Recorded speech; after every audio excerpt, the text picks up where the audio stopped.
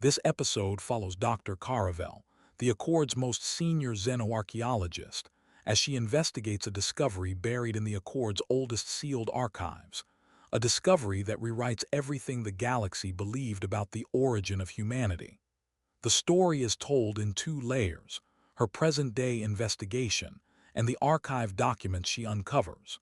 The twist, when it comes, is in the last document she finds. The room had been sealed for 9,000 years. Not locked. Locked implies that someone somewhere still holds the key. This room had been sealed in the way that civilizations seal things when they have decided that what is inside should not be found. The door had been removed entirely and the corridor rebuilt around the absence, so that anyone walking the sublevels of the Accord's original administrative archive on Verath Station would walk past a section of wall that was slightly newer than the wall around it and feel nothing, notice nothing, continue on their way. Dr. Kaara-Vel had been a xenoarchaeologist for 43 years. She noticed the wall. She noticed it because the construction material was 17 standard years younger than the surrounding structure, and 17 standard years was an extremely specific interval, not a round number, not a convenient one. 17 years was the length of the Accord's second founding council term. It was the length of time between the first recorded contact with a pre-spaceflight species and the establishment of the non-interference protocols. It was also, and this was the detail that made her set down her scanner and stare at the wall for a very long time, exactly the amount of time that had passed between the Accord's first deep space survey of the Sol system and its official classification as uninhabited, no sentient life detected. The survey had been wrong, the Accord had known it was wrong, and someone 9,000 years ago had built a wall. Dr. Kaara-Vel submitted a formal excavation request that afternoon. She cited structural anomaly, historical significance, and routine maintenance assessment as her justifications. She did not mention Sol. She did not mention humans. She did not mention the 17 years. She had been doing this long enough to know when not to show your hand. The request was approved in 6 days. Standard processing time. No flags. No delays, which told her that whoever had built this wall 9,000 years ago had not anticipated that anyone would come looking with the right eyes. She began excavating the following morning. The room behind the wall was small, 8 meters by 6. The air inside was old in the way that sealed spaces are old, not stale exactly, but still, unchanged. The atmosphere of another era preserved by accident. There was a single piece of furniture, a storage unit of the kind used by the Accord's founding council period, designed to hold physical documents. The Accord had moved to digital record-keeping approximately 11,000 years ago. Physical documents from before that transition were extremely rare. Physical documents that had been sealed behind a rebuilt wall were, to Dr. Kaara-Vel's knowledge, unique. She put on her preservation gloves. She opened the storage unit. Inside were 47 documents. Each one was sealed in a separate preservation case. Each preservation case was labeled with a reference number and a date. She read the dates. The oldest document was dated approximately 9,200 years before the present. The newest was dated 9,003 years before the present. The survey of the Sol system had taken place 9,020 years before the present. Every document in this room had been created in the 17 years between the survey and the wall. Dr. Kaara-Vel sat down on the floor of the sealed room and began to read. Survey Vessel Constant Inquiry completed deep space assessment of Sol system, third planet. Preliminary findings: planet is biologically active. Carbon-based life confirmed. Atmosphere, oxygen, nitrogen within habitable parameters. Ocean coverage, 71%. Surface temperature, variable within survivable range for most known species. Assessment: planet is habitable but not currently inhabited by sentient life. Classification recommendation: Category 3, biological interest, no sentient contact protocol required. Signed, Survey Commander Kaara-Vel. Dr. Kaara-Vel read this document twice. Then she set it carefully aside and picked up the next one. Supplementary Survey Sol System, Third Planet.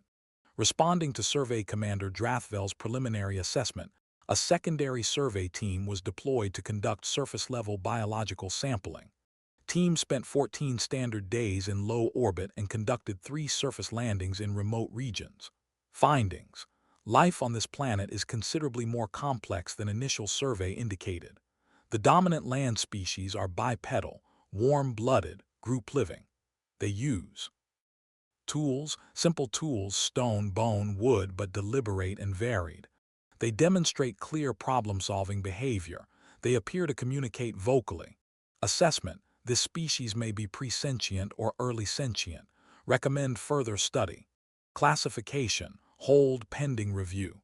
Signed, Senior Biologist Yethor. She set this one aside too. Her hands were very steady. This was a skill she had developed over 43 years, keeping her hands steady when her mind was doing something else entirely. The Council has reviewed Senior Biologist Yethor's supplementary findings and requests clarification on one point. The early sentient classification requires the following criteria: tool use, vocal communication, evidence of social organization, evidence of conceptual thought beyond immediate survival need. Survey XS 441007 confirmed the first two. Please advise on the third and fourth. Sign: First Counselor Veenthal. Responding to First Counselor Veenthal's request. Third criterion: evidence of social organization confirmed. The species lives in groups of variable size. The groups demonstrate clear hierarchical structure and division of labor. They care for injured members. They share food. They appear to grieve their dead. Fourth criterion: evidence of conceptual thought beyond immediate survival need confirmed. The surface team observed something that I need to describe carefully because I am aware of how it will sound in an official document. We observed one of these creatures, sitting alone at a distance from its group, drawing in the dirt with a stick. Not drawing anything functional. Not drawing a map or a tool or a resource location. Drawing shapes. Changing them. Looking at them. Changing them again. If I did not know better, if I did not know what I was looking at, I would say it was thinking about something. About something that was not food or shelter or threat. About something that I cannot name because I have no category for it. I am recommending reclassification to full sentient status. Signed, Senior Biologist Yethor. Dr. Kaara-Vel stopped reading. She was sitting on the floor of a room sealed for 9,000 years, holding a document written by a biologist who had watched a human ancestor. One of her kind's most distant forebears, sitting alone and thinking about something no one could name, and had found it significant enough to say so in an official report. She thought someone sealed this room. She thought, why? She kept reading. Council Debate Transcript, Sol System Classification, Session 4. First Counselor Veenthal presiding. The question before the Council is whether to classify the Sol System's third planet as a Category 7 sentient life, non-interference protocol applicable. Counselor Dratham argued against. The species is at the earliest possible stage of sentient development. They are, by any measure, primitive. They have no technology beyond stone tools. They have no written language. They have no organized civilization. To classify them as sentient is to apply a standard so broad it becomes meaningless. Senior Biologist Yethor argued for. The standard for sentience has never been technology or civilization. It has been capacity. These creatures demonstrate the capacity for abstract thought. They demonstrate the capacity for care that extends beyond survival need. They grieve their dead. They draw shapes in the dirt for no practical purpose. The standard says capacity. These beings have it. The vote, 11 for Category 7, 4 against. Classification, sentient and non-interference protocol active. Signed, First Counselor Veenthal. Dr. Kaara-Vel breathed slowly. The non-interference protocol. the Accord's oldest and most absolute law. A species classified as sentient under the protocol could not be contacted, observed at close range, interfered with in any way until they independently achieved interstellar travel.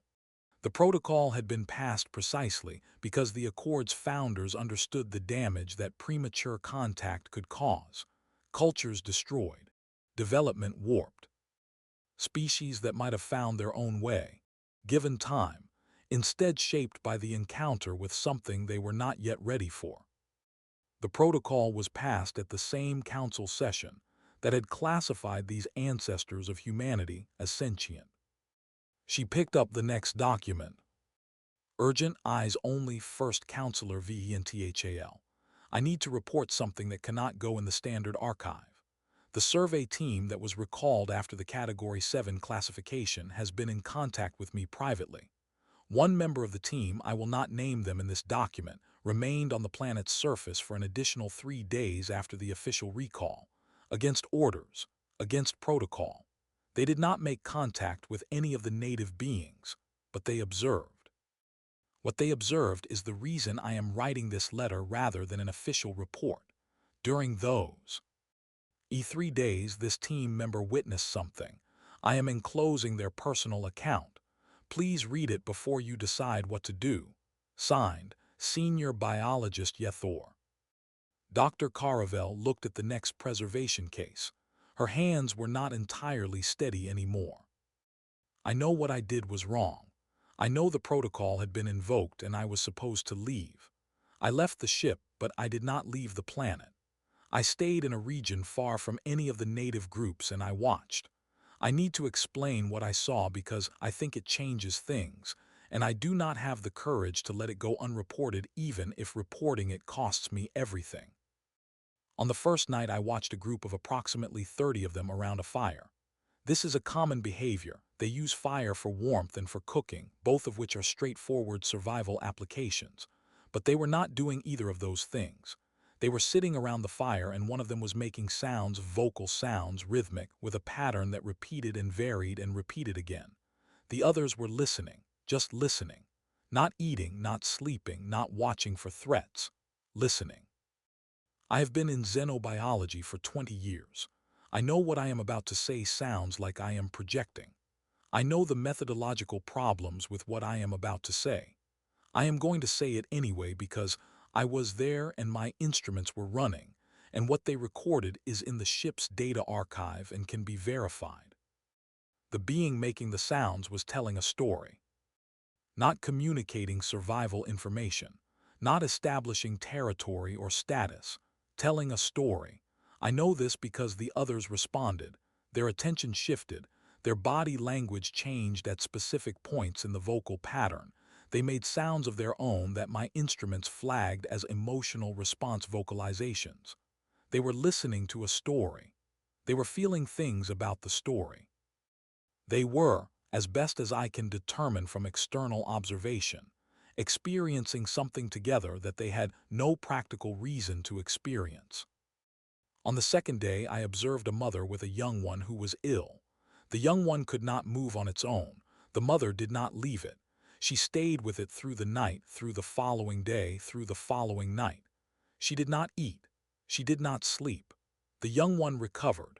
She was not its biological parent. I confirmed this through the genetic scan I should not have been running. She was not its parent, and it was not going to die without her presence. And she stayed anyway and did not sleep and did not eat. And when the young one was well enough to stand, she made a sound that my instruments classified as a distress vocalization. She was crying with relief for a child that was not hers. On the third day, I watched the one who had been drawing in the dirt, the same one Yethor documented. I watched for 6 hours. It is not drawing shapes in the dirt. It is working. It is trying to solve something. I do not know what it is trying to solve, but it works at it with the specific focus of an intelligent being attempting to understand something that resists understanding. At the end of the 6 hours, it made a gesture I have not been able to categorize in any behavioral model I know. It smoothed the dirt flat and began again. I think it is trying to understand the world. I think that is what they do. I think that is what they are. I am sorry for breaking protocol. I am not sorry I stayed. Dr. Kaara-Vel sat in the sealed room for a long time after reading this document. Outside, the station went about its business. Ships arrived and departed. The Accord's administration processed its 10,000 daily decisions. The galaxy moved at its ordinary pace. In the sealed room, 9,000 years collapsed into nothing. She picked up the next document. Confidential counsel restricted. The problem, as First Counselor Veenthal has asked me to summarize it, is as follows. The beings on the Sol system's third planet have been classified as sentient. The non-interference protocol is active. We are not permitted to contact them, observe them at close range, or interfere with their development in any way until they achieve interstellar travel independently. This is correct. This is what the protocol requires, and the protocol exists for good reasons. However, the xenobiology team's models suggest a significant problem with the timeline. The beings are sentient. They have capacity.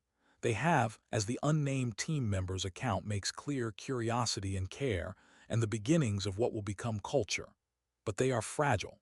Their population, currently, is estimated at fewer than 2 million individuals spread across the planet's habitable regions. They have no immunity to diseases carried by species from other systems. A single contamination event, accidental, not deliberate, could end them. A climate event of moderate severity could end them. A geological event could end them. They are at the most vulnerable point of any sentient species development. They are smart enough to survive most things and not yet strong enough to survive all things. Our models suggest a survival probability to interstellar travel of approximately 12%. Signed, Senior Biologist Yethor. Council response to XS 441023. The protocol is the protocol. We do not interfere. If they are lost, they are lost. This is the cost of the principle. Signed, First Counselor Veenthal. I understand the First Counselor's position. I am writing this as a private record, not an official submission. I have spent 3 months reviewing the data from the Sol survey. I have spent 3 months thinking about a being drawing in the dirt with a stick, trying to understand the world, beginning again when it does not understand. I do not know how to reconcile the protocol which I helped write with the knowledge that there is a species on a planet in the outer rim that is going to try, for as long as it exists, to understand everything it can understand, and that it has a 12% chance of surviving long enough to succeed. I do not have a resolution. I am recording this because I think it should be recorded. Signed, Yethor. The documents continued. Reports, council memos, xenobiology updates filed every 50 years as the protocol required for monitored sentient species. Each one noted the humans' progress, their setbacks, their numbers going up and catastrophically down and slowly up again. Each one noted the survival probability estimate, which fluctuated wildly across the centuries, dropping to 4% during a climate event, rising to 31% after a period of rapid development, falling again during a period of conflict so severe that the monitoring team requested emergency council review. The council reviewed. They maintained the protocol, non-interference. Dr. Kaara-Vel read 3,000 years of these reports. Then she reached the document that changed everything. Standard Monitoring Report Sol System, Third Planet. Human population, approximately 50 million.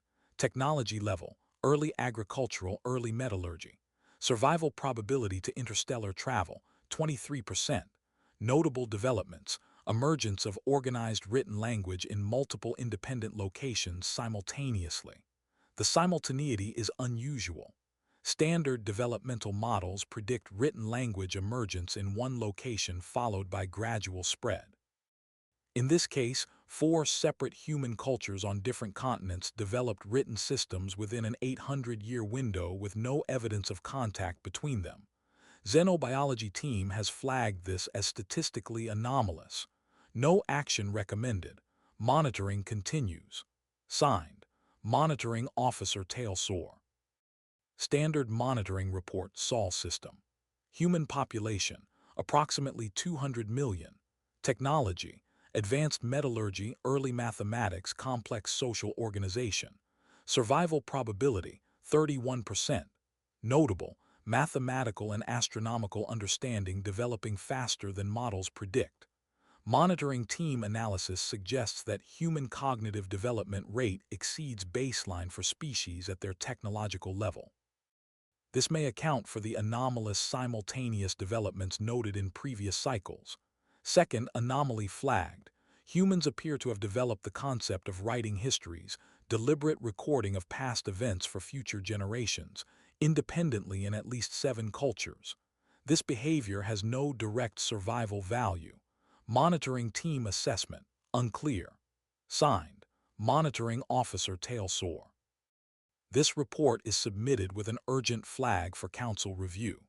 In the past 200 standard years, human technological development has accelerated by a factor the monitoring team's models cannot account for. They appear to have independently discovered several mathematical principles that the Accord did not develop until our 8th millennium. They are applying these principles with a speed and creativity that has no precedent in the monitoring record. Survival probability, 67%. The monitoring team requests guidance. Something is happening with this species that we do not understand. Signed, Senior Monitoring Officer Drental. Dr. Kaara-Vel set this document down. 67%. In 300 years, the humans had gone from a 23% survival probability to 67%. She had read enough xenobiology to know that this was not normal. Development curves did not work like this. Civilizations did not accelerate this way. The standard model, the one built from 4,000 years of observing species across the galaxy, was very clear. Development was gradual, punctuated by occasional rapid advances, but always following a recognizable curve. The humans were not following the curve. She had 31 documents left. The last 10 documents in the storage unit were different from the others. The others were official, formatted, stamped with Accord administrative seals that Dr. Kaara-Vel could verify against the historic. Al record.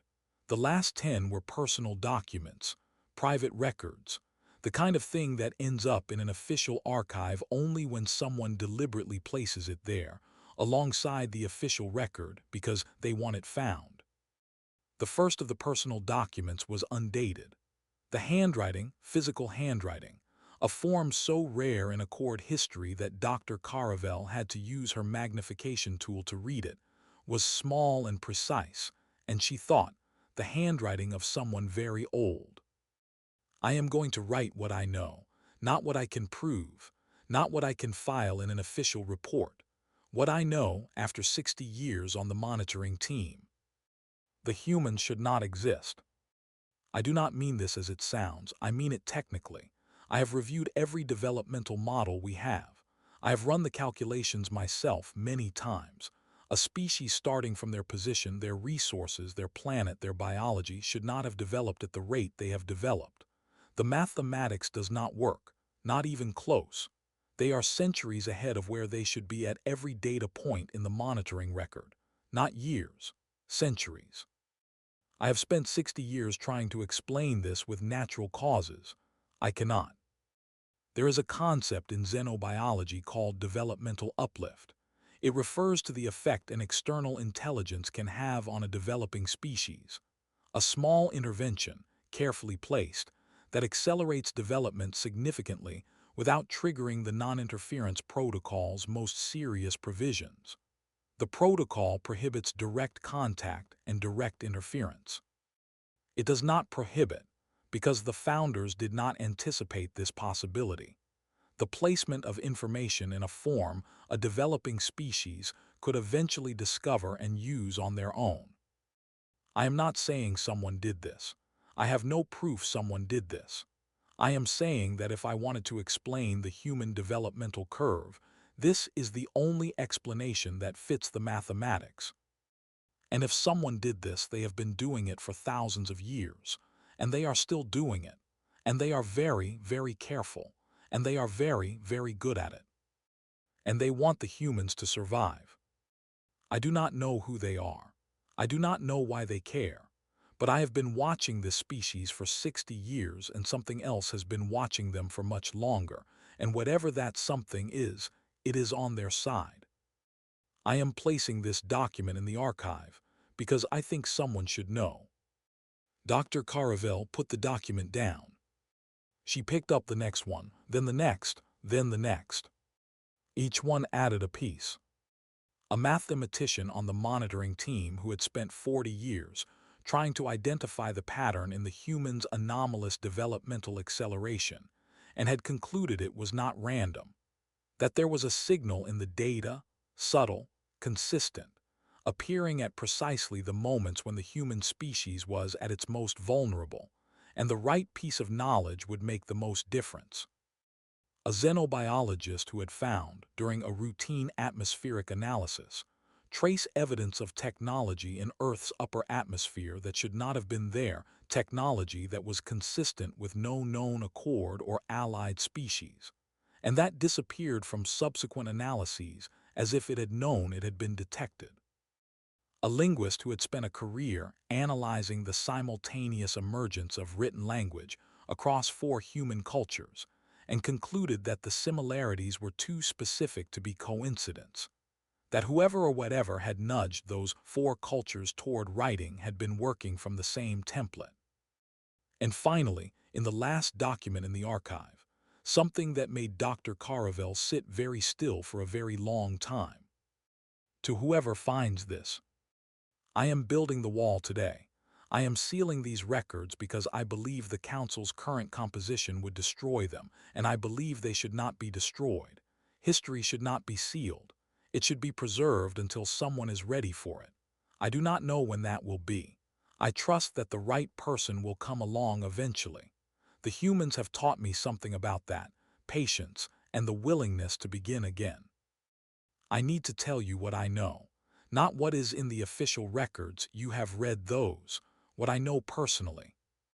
I have been watching the humans for longer than anyone on the monitoring team. I watched them before the survey.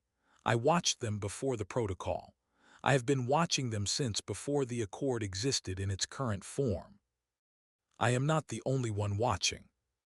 There is something else. It has been there since the beginning. It does not interfere, not directly, but it is present. I have sensed it at the edges of the monitoring data for thousands of years. Something patient, something interested, something that has decided, for reasons I cannot determine, that this specific species on this specific planet is worth protecting. I have tried to make contact with it twice, but each times it declined. What it sent back was not a refusal. It was something closer to not yet, which implies eventually. I am sealing this room because I want the record preserved until someone finds it who is ready to do something with it. I do not know what that something is. I trust that whoever finds this will know. One more thing. The monitoring team's final survival probability estimate before I seal this room is 12%. That is where it started. It will not stay there. I have watched long enough to know that. Whatever is protecting this species is patient and thorough and has been at this for a very long time. They will make it. I do not know who they are. I do not know what they will become. But I have been watching them for longer than I should admit, and I have never, not once, not in all of it, lost confidence in that. Good luck finding what is watching them. I tried for 9,000 years. I got close once. What I saw, I will not describe it here. I will say only this. It was not what I expected. It was much older, and it was very fond of them. Seal broken. Find what is watching. Signed, Yethor. P.S. They will surprise you. They always do. Dr. Kaara-Vel sat in the sealed room for a very long time after reading this. Yethor. The name was in the early documents. Senior biologist. the one who had found the being drawing in the dirt, the one who had written the private record about the 12% survival probability and the species that was going to try to understand everything it could understand. The one who had written that document 9,200 years ago. The one who had also written the document that sealed the room. 9,200 years ago and 9,003 years ago. The same person. A span of 200 years. Dr. Kaara-Vel knew of no species in the Accord, no species in the known galaxy, with a natural lifespan of 200 years. Some achieved it through medical intervention. None did it without. She looked at the last document again, at the signature. She thought about what the unnamed team member had written 9,000 years ago about something watching from the edges of the data, patient, interested, fond of the humans. She thought Yethor watched them for 9,000 years. She thought Yethor is still watching them. She thought Yethor wanted this found. She thought Yethor wanted me to find it. Dr. Kaara-Vel stood up slowly. She placed every document carefully back in its preservation case. She looked at the room, at 9,000 years of sealed history, and she thought about the humans, who were alive and loud and filling the galaxy with their particular noise, who had gone from 12% to interstellar travel to becoming the most consequential species in the Accord in a span of time that should not have been possible. She thought something helped them. She thought something is still helping them. She thought, I need to find out what. The following is an excerpt from Dr. Kaara-Vel's personal research log, filed 3 months after the discovery of the sealed archive. I have been searching for Yethor for 3 months. There is no record of this individual in the Accord's current personnel files. There is no death record. The last official document bearing this name is the one I found in the sealed room, dated 9,003 years ago. But there are traces, small ones, the kind that a very careful, very old intelligence would leave if it wanted to be findable by someone who was specifically looking, and unfindable by everyone else. A research credit, 2,000 years ago, under a different name, that cites methodology consistent with Yethor's documented approach. An advisory note on the Accord's non-interference protocol revision, 800 years ago, that uses a specific turn of phrase I found in the original documents, a phrase distinctive enough that I am confident it is the same mind. A consultation request filed 40 years ago on the question of how to handle first contact with a rapidly developing species, filed anonymously. The recommendations in it were not adopted. They were exactly right. And then yesterday, an envelope on my desk when I arrived at my office. No sender, no return address. Inside, a single card. On the card, in the same small, precise handwriting I recognized from the sealed room. You found it faster than I expected. Well done. Now do something with it. I have spent 3 months asking, what is watching the humans? I now have a different question. I now ask, what became so fond of the humans across 9,000 years of watching that it decided they were worth protecting from everything the galaxy could throw at them? And my answer, the one I keep returning to, the one that fits everything in those 47 documents, is this. Something that was once very much like them. Something that started where they started, that drew shapes in the dirt, that stayed If the sick child through the night, that sat around fires and listened to stories and felt things about them. Something that survived and grew and became something else. Something ancient and patient and careful. Something that looked back at where it came from and recognized, in a small species on a wet blue planet, the same beginning. And decided not to look away. They will surprise you, they always do.